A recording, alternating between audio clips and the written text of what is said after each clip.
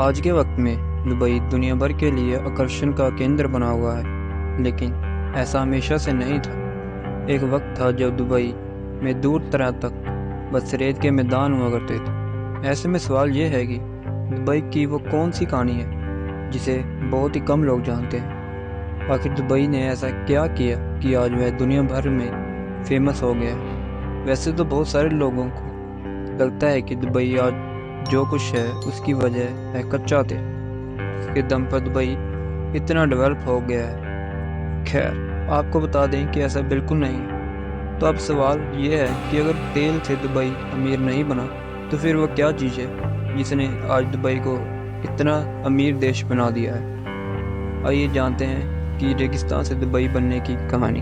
तो नमस्कार दोस्तों, स्वागत है आपका नॉलेजेबल टिफ़िन में। और आज की हमारी वीडियो में आप जानेंगे दुबई के ऐसे रहस्य जो कोई बात करना पसंद नहीं करता। तो बिना समय गवाए चलिए शुरू करते हैं। तो दुबई की कहानी कई दशक पहले शुरू हुई थी। ये सब मुमकिन हुआ दुबई के शेख राशिद बिन सईद अल मखदूम और उनके बेटे शेख मोहम्मद बिन राशिद अल मखदूम की वजह से। दुबई के विकास की दास्तान तब शुरू हुई जब ओमान और ईरान जैसे दुबई के आसपास के इलाकों के लिए दुबई एक कनेक्टिव रूट की तरह सामने आया। एक ट्रेडिंग पॉइंट बनने से पहले तक दुबई सिर्फ मोती पैदा करने और मछली के बिजनेस के लिए जाना जाता था। उसके बाद दुबई दुनिया की नज़र में आने लगा।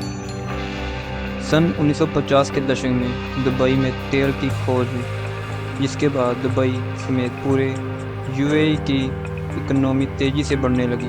हालांकि कुछ ही वक्त में दुबई को यह समझ आ गया था कि सिर्फ तेल के सहारे लंबे वक्त तक देश को चलाया नहीं जा सकता। इसके बाद तेल से निर्भरता को हटाते हुए मॉडर्न दुबई बनने के लिए शेख राशिद बिन सईद अल मखदूम ने अहम कदम उठाए। उन्होंने दुबई की सत्ता संभाली और करीब 32 साल तक राजा बने रहे। जब राशिद बिन सईद के हाथ दुबई की बागडोर गई, उस वक्त मछली और मोती का बिजनेस लगभग बर्बाद हो चुका था और पूरी इकोनॉमी तेल पर निर्भर थी। राशिद बिन सईद की एक बात को अक्सर कोट किया जाता है।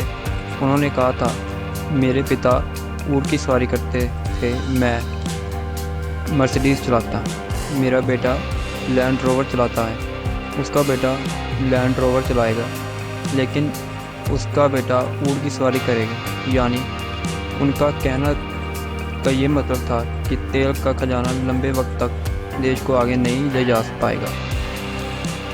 इसके बाद राशिद बिन सईद ने कमाई के दूसरे तरीकों पर फोकस करना शुरू किया। वह सीधे पहुंचे ट्रेडिंग पोर्ट पर और उसे डेवलप किया। वहाँ पर उन्होंने ड्राई डॉक भी बनवाया जहाँ तमाम शिप रिपेयर किए जाते थे।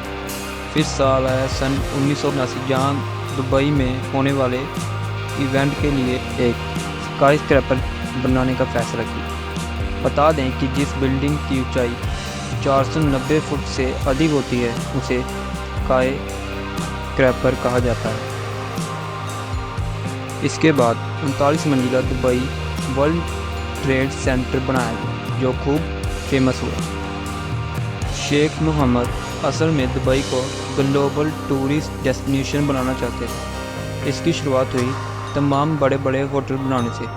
1999 में दुबई में बुर्ज अल अरब होटल बनाया गया, जो दुनिया का पहला 7 स्टार होटल, जिसको हम 7 स्टार होटल भी कहते हैं। इसके बाद एक के बाद एक दुबई में ढेर सारे लग्जरी होटल बने। अगर दुबई के टूरिज़्म की बात करें तो ये सालाना करीब 20 अरब डॉलर का है और इसके पीछे दुबई के लग्जरी होटलों का अहम योगदान। आज के वक्त में दुबई में मॉडर्न चिड़ियाघर, मॉडर्न गैलरी और स्काई डाइविंग भी खूब होते हैं, जो लोगों के लिए आकर्षण का केंद्र है। इसकी वजह से तमाम यात्री यहाँ आते हैं और होटलों में रुकते हैं। 1985 में दुबई शॉपिंग फेस्टिवल की शुरुआत हुई, जिससे दुबई की इकोनॉमी तेज़ी से बढ़ने लगी। 1999 में उन्होंने दुबई इंटरनेट सिटी बनानी शुरू की, जिसके जरिए दुनिया भर से निवेश खींचने की कोशिश की गई। कंपनियों को बिजनेस करने में तमाम तरह की मदद दी जाती थी और कोशिश की जाती थी कि सिंगल विंडो क्लियरेंस हो। ईज़ ऑफ डूइंग बिजनेस की वजह से यहाँ तेज़ी से कारोबारी आने लगे, क्योंकि उन्हें बिजनेस में कोई दिक्कत नहीं होती थी।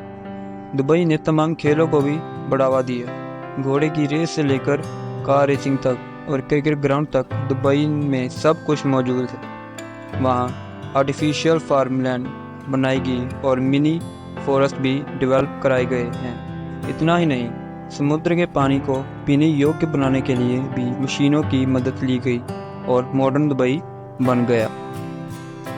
दुबई में ये पाम जुमेराह भी है, जो एक मैन मेड आइलैंड है। यानी इस आइलैंड को दुबई ने आर्टिफिशियल तरीके से बनाया है। इसे बनाने के लिए समुद्र में मिट्टी डालकर आइलैंड बनाया गया है। इसे भी इतने क्रिएटिव तरीके से बनाया गया है। ये सैटेलाइट से देखने पर या आसमान से देखने पर एक पेड़ जैसा लगता है। इसमें बहुत सारे घर बने हुए हैं।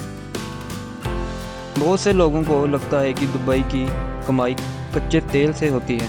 यहाँ आपको बता दें कि दुबई की जीडीपी में कच्चे तेल की हिस्सेदारी बस 1-2% है। वही दुबई की सबसे बड़ी कमाई हिस्सेदारी आती है टूरिज़्म से, जो करीब 20% है।